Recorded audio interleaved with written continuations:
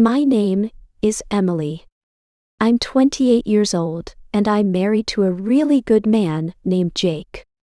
He's 30, and we've been together for 5 wonderful years as husband and wife. Jake is just kind. That's the best word for him. He loves me deeply, and he shows it in so many ways. When I'm sick, he's right there, taking care of me. He'll make me soup, bring me tea, and just sit with me until I feel better.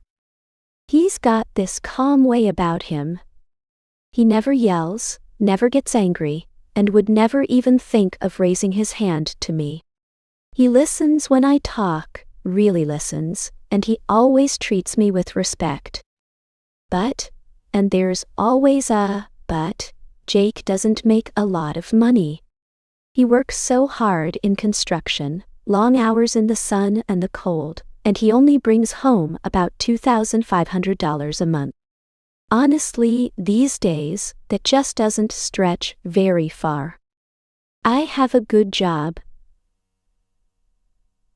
thankfully.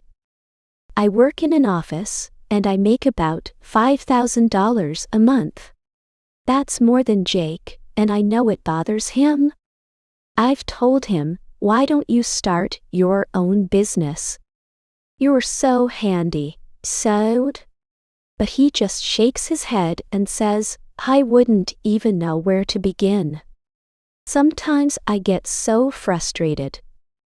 I want more. I want a bigger house, a nicer car, to not have to worry about every penny. We live in a small apartment, and we don't have fancy things. I love Jake, I truly do, but sometimes I get this angry feeling inside. I've said things, I'm not proud of it. You're not like other men, Jake, I've told him.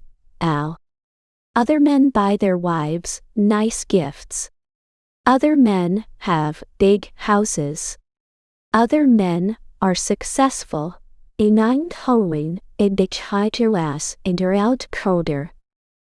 know it's mean, but the words just come out. Jake just listens, doesn't argue, but I see the hurt in his eyes. Out of his $2,500, Jake gives $1,200 to his parents. They need the help, and he's always been like that, so generous. Then, he gives me the rest, $1,300, to help with our bills. It's just not enough. I feel like we're always just getting by. One evening, Jake came home really late. Where were you? Meow? I asked, a little sharper than I meant to. He looked tired, but he said, I was looking for another job. A little spark of hope lit up in me. Did you find one? He sighed. Ties to me sighed. Not yet, but I'm going to keep trying.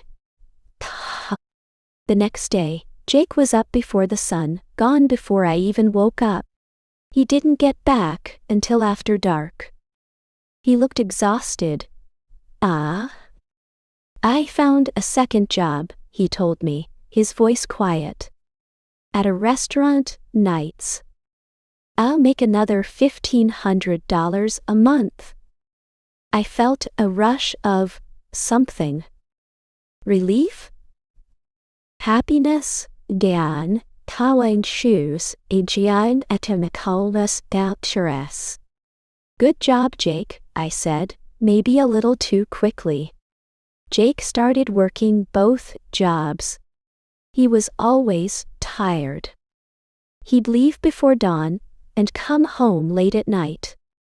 He had no time to rest, no time to just relax. We barely talked anymore, and he hardly ever smiled. Then, one night, Jake came home and he looked really weak. His hands were shaking. He just crumpled to the floor. Jake, eyes north, as on a two. I screamed, kneeling beside him. What happened? Oh, I'm down. He just whispered, I'm just tired. Fear shot through me. I rushed him to the hospital. And was at a jelly, I'm to say that shentu. Sixties toll all bright US. The doctor checked him out and then looked at me, concerned. He's completely exhausted, the doctor said. He needs rest. Serious rest, and dose. Guilt washed over me, heavy and cold. Tears started streaming down my face. I took Jake's hand in mine as he lay in the hospital bed. I'm so sorry, Jake, I choked out. He managed a weak smile. Pine. Don't cry, my love. Angelus at times a jury. In that moment, something shifted inside me. It was like a light bulb went off. Jake doesn't need to be rich. He doesn't need to buy me fancy jewelry or drive a luxury car. Jake is a good husband. He loves me. He takes care of me in all the ways that truly matter. And that is more than enough. I squeezed his hand. Endals, et tubi, indamos well and down, exhilarated pulse rest. I love you, Jake, I said, my voice thick with emotion.